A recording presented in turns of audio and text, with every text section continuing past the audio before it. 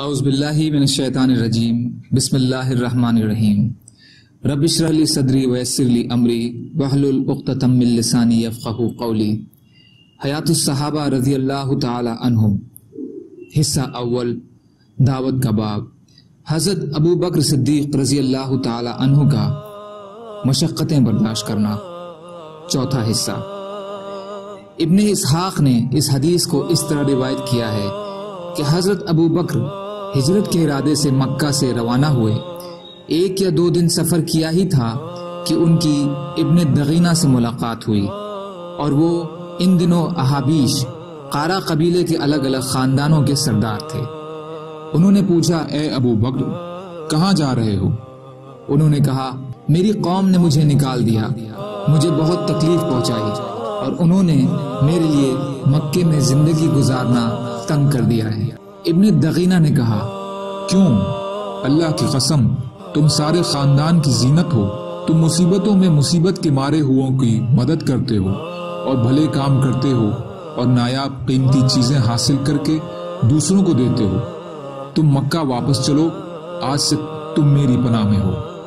اس لیے حضرت ابو بکر رضی اللہ تعالی عنہ ابن دغینہ کے ساتھ ساتھ مکہ واپس آ گئے، اور وہاں ابن دغینہ نے حضرت ابو بکر رضی اللہ عنہ کے ساتھ کھڑے ہو کر اعلان کیا، اے قریش کے لوگوں، میں نے ابو بکر بن ابی قحافہ کو پناہ دے دی، اس لیے اب ہر ایک ان سے اچھا ہی سلوک کرے۔ چنانچہ مشرکوں نے حضرت ابو بکر کو تکلیف پہنچانی چھوڑ دی، اور اس روایت کے آخر میں یہ بھی ہے کہ ابن دغینہ نے کہا، اے ابو بکر، میں نے تم کو اس لیے پناہ نہیں دی تھی کہ تم اپنی قوم کو تکلیف پہنچاؤ، اور تم جس جگہ یعنی گھر کا صحن جہاں آج کل عبادت کرتے ہو اسے وہ ناپسند کرتے ہیں، اور انہیں اس وجہ سے تمہاری طرف سے تکلیف پہنچ رہی ہے، اس لیے تم اپنے گھر کے اندر رہو اور وہاں جو چاہو کرو۔ حضرت ابو بکر رضی اللہ تعالیٰ عنہ نے کہا، کیا میں تمہاری پناہ تمہیں واپس کر دوں اور اللہ کی پناہ پر راضی ہو جاؤں؟ ابن دغینہ نے کہا، آپ مجھے میری پناہ واپس کر دیں۔ حضرت ابو بکر رضی اللہ تعالیٰ عنہ نے کہا، میں نے تمہاری پناہ تمہیں واپس کر دی۔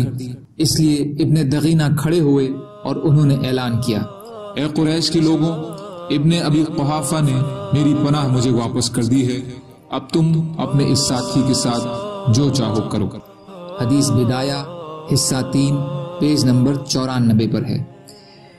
ابن اسحاق نے ہی حضرت قاسم سے اس طرح روایت کیا ہے کہ جب حضرت ابو بکر رضی اللہ تعالی عنہ ابن دغینہ کی پناہ سے باہر آ گئے تو وہ کعبے کی طرف جا رہے تھے کہ انہیں راستے میں قریش کا ایک بے وقوف ملا جس نے ان کے سر پر مٹی ڈالی۔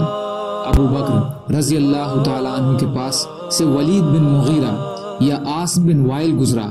اس سے حضرت ابو بکر رضی اللہ تعالی عنہ نے کہا کہ تم دیکھ نہیں رہے ہو کہ یہ بے وقوف میرے ساتھ کیا کر رہا ہے؟ اس نے کہا، یہ تو تم خود اپنے ساتھ کر رہے ہو۔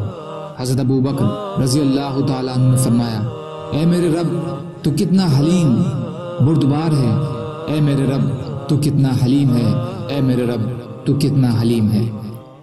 بدایہ حصہ 3 پیج نمبر 95۔ پیچھے حضرت اسماء رضی اللہ تعالیٰ عنہ کی حدیث گزر چکی ہے کہ چیخ و پکار کی آواز حضرت ابو بکر رضی اللہ تعالیٰ عنہ تک پہنچی۔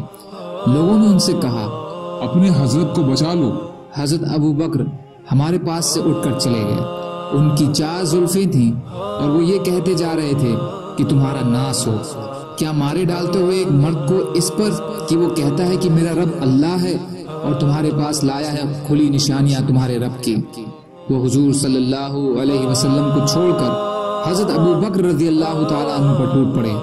پھر حضرت ابو بکر رضی اللہ تعالیٰ عنہ ہمارے پاس واپس آئے، اور کافروں نے آپ کو اتنا مارا تھا کہ جس زلف کو بھی پکڑتے وہ ہاتھ میں آ جاتی، یعنی سر کے بال چوٹوں کی وجہ سے جھڑنے لگ گئے تھے، اور وہ یہ فرما رہے تھے، تو بہت برکت والا ہے اے بڑائی اور عظمت والے، تو بہت برکت والا ہے اے بڑائی عظمت والے۔